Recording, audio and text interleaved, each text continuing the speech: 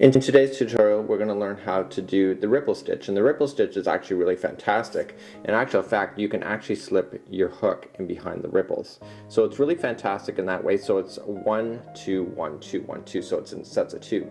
Now this example, I know I'm going to get email on it. What kind of string was this? This is the James C. Brett Marble Chunky line. This stuff is not cheap, but it is fantastic. It takes a long time to transition between colors, giving it a really huge effect. When you compare this Bernat Soft Chunky, you can see that the colors are changing so frequently that it's pretty obvious. So this one has a really nice slow transition and knits and crochets like a dream. I love, love, love this stuff.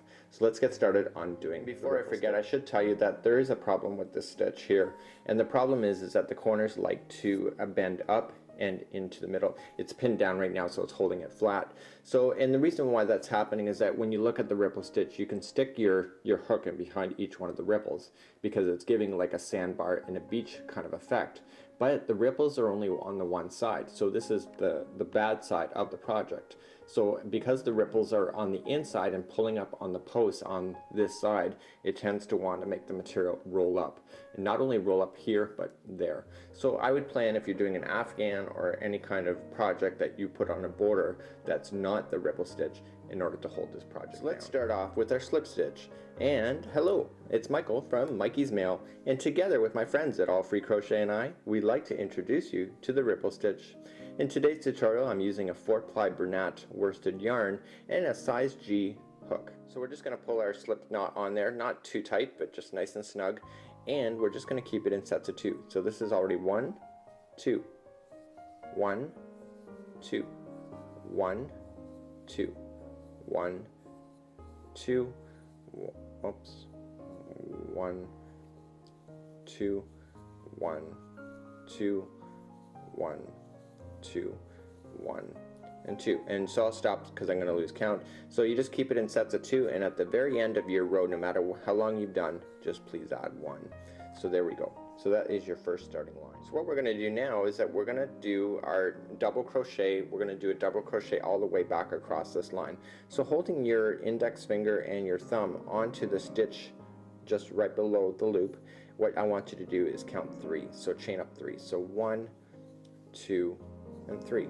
So now using where your finger was holding, that is identifying where that stitch is for your very first stitch. So just wrapping the material around, going in to the stitch on the line, pulling it through, pull through 2 and 2. And let's review that one more time. So wrapping the material, going to the next stitch on the line, pulling it through, pull through 2 and 2. So just continue to do that throughout this line, and we'll meet you back up at the end and we'll carry on with our next part. So time has fast forwarded, and now we're at the end of the line. So all we need to do now is just turn your material. So turn it around. So what we're going to do is just chain up 1, just chain 1, and we're going to single crochet ourselves all the way back across this line. We need to do these 2 first steps in order to, before we can even start the ripple, because the actual next line that we are doing is actually directly behind the first ripple here, because the ripple is from a line above it coming down. So what we want to do now is that we've just chained up 1, and we just want to make sure that we get into the very first stitch that is right there. So we chained up 1 and it's right underneath it. So just through and through. So just going into the next one, through, through. So you're not grabbing the material, so just go single crochet all the way across this line, and we'll meet back up at the end. So I'm coming to the end, and how do you know when you're actually finished the end of a line? A lot of people tend to miss it. So this was the chain when we chained up to come back across for the double crochet, and this is the last post. So what we want to do is we want to go into the one there, but do not forget to make sure you go into the chain of this piece here. The chain is so important. Do not go into the gap. I always say that in every tutorial. Going into the gap will pull this to open up like so, pulling apart your work. So just going into the chain right on the side for your single crochet, and therefore, see, you've just finished a line, and that will just smooth them back out. So what we need to do now is turn our material, and then we got to look at the pattern, and I got to show you a few. When we're looking at the ripple stitch, we actually have to pay attention to something really so simple it's not even funny. So you just have a space, ripple, space, ripple, space, ripple, and we're going all the way down. But you'll notice, see, there's a gap here of just empty space, and then it's the ripple, and you have the ripple and then empty space. If you look above it, the ripples for the next line are right directly beside it on the outside, just like so. And then on the next one, they're back in again, leaving this gap. So in actual fact, what we need to pay attention to here when we're starting now is that your ripples will come out like this and then extend out, in, out, in, out, in, all the way throughout your project. So when we go to start our first line, you're going to think that you're missing it and leaving a gap, but in actual fact, you're creating the pattern for it to begin. So to start, what we're going to do is double crochet, and we're going to do our first chain. So we're going to do 3. We always double crochet 3, or chain 3 when we double crochet. So chaining up 3, and now we want to put 1 double crochet into the very next stitch on the line. And so this is creating that gap that I was just explaining earlier. So just double crochet. So now we're ready to do a ripple. So what I want you to pay attention to, see these posts here, 1 and 2 here. What we need to do is we look at this one, well this post matches that post and that post matches this one. So obviously the third one in on this one is where we're going to start doing our ripple. So in order to do a ripple, it's triple crochet. So wrap and wrap, and what we want to do is you can just use your index finger to push out that stitch, or just jam in your hook in behind it, and we're just, it's the post. So you're just going to grab the material, pulling it through, pull through 2, 2, and 2. This is the same thing as the front post double crochet. So, but we're actually triple crocheting in this aspect. So now that you've gone over, so you've got 1, 2, and you've just grabbed down this one, you're going to actually leave a jump or a gap in behind on the chain, because you need to do that, because that ripple substituted for doing that if you were to do a straight double crochet along the line. So we want to just double crochet ourselves, jumping 1 over. Just like so. So now the next one is a ripple effect. So every other one is a ripple, every other one is a double crochet. So this here is where we just rippled onto this post. So the next one we want to leave empty, so we want to go to the next one over. So wrap and wrap, and going in, pulling it through, and so you have 3 on your, or 4 on your hook, pull through 2, 2, and 2, and just like before, you're looking at the line in behind, and you'll get used to this really quick, is that you're just going to leave one gap and then just double crochet over to the second one over, because that ripple is compensating for one, and you can really see that it's filling it in. So wrap and wrap, going in.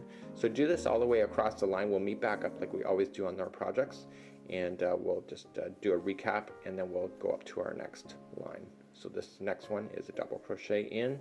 And so we're coming up to the end, and it looks like we have 2 posts left here. And remember how we chained up 1 here and then we just did a double crochet?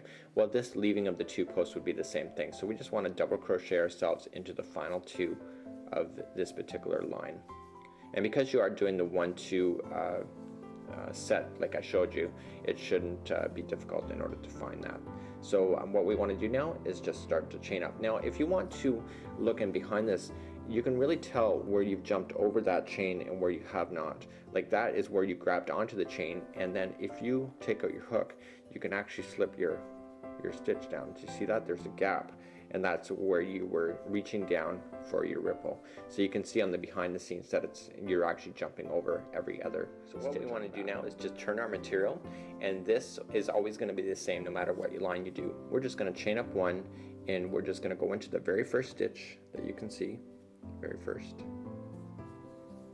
in, and what we want to do is single crochet ourselves all the way across this line. Now if you were to change color on this particular project, instead of just using the marble yarn that you see in the background, you will always change your color in this line here. So before you started your single crochet, you would have changed your color at this point, because the single crochet is what is lying in behind the actual ripples on the project. So this is exactly where you want to do it.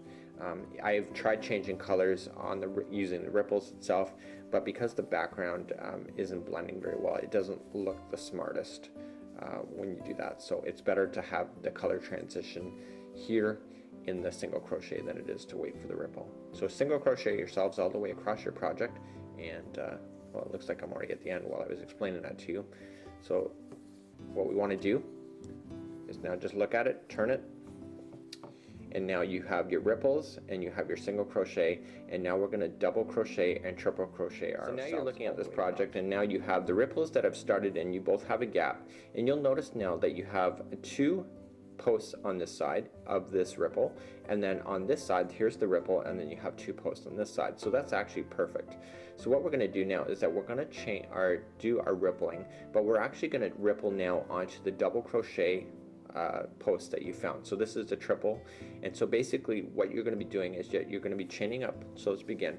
So you're going to chain up 3, so 1, 2, and 3. So that counts as a double crochet. And so now you're going to reach down and grab this post. Now this post is the double crochet, and then you had your layer of single crochet. So we're going to wrap and triple crochet ourselves into that first post. Okay, and now when you look back at it, you're going to be now skipping one like you did before, okay, and then just double crocheting yourself into the line. So it's just exactly how you did it before, and now basically what you're doing is you're putting the ripples in between the actual stitches of where you were doing it last time. So wrap and wrap. So it's very easy to tell. You've rippled here, so this is obviously the next one is the one sitting further back in your material. Okay, so then you look at the line, skip one, and just double crochet ourselves, and again that actually becomes really easy to look at. And now you can already start seeing the material starting to bend up, so really do carefully think about putting a pattern or a border around your crochet project in order to keep the edges from folding up on you. I found that with the scarf that I've done as well. I didn't realize that this pattern would do that, so it's kind of disappointing when you do a scarf and you see it's rolling up like a scroll.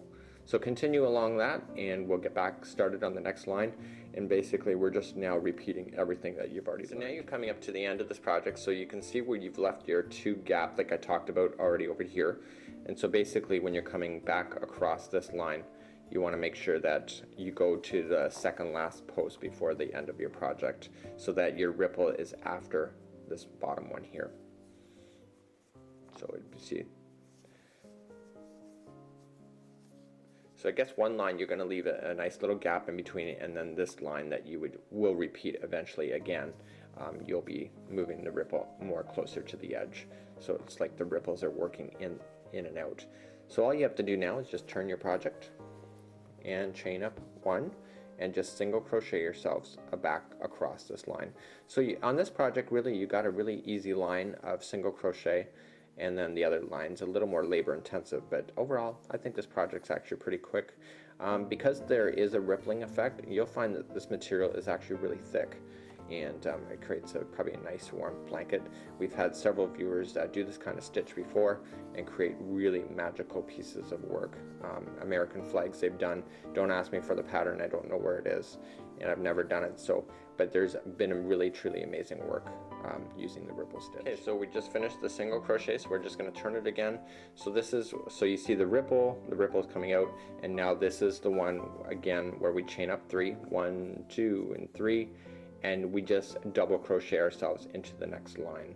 So do you see the difference of what you did before? Last time you started your ripple right away here, but in this case you want to leave the gap like you did over here, so you just want to continue that. So just wrap and wrap, and now you're going to ripple in between the other 2 ripples that are below on the line below.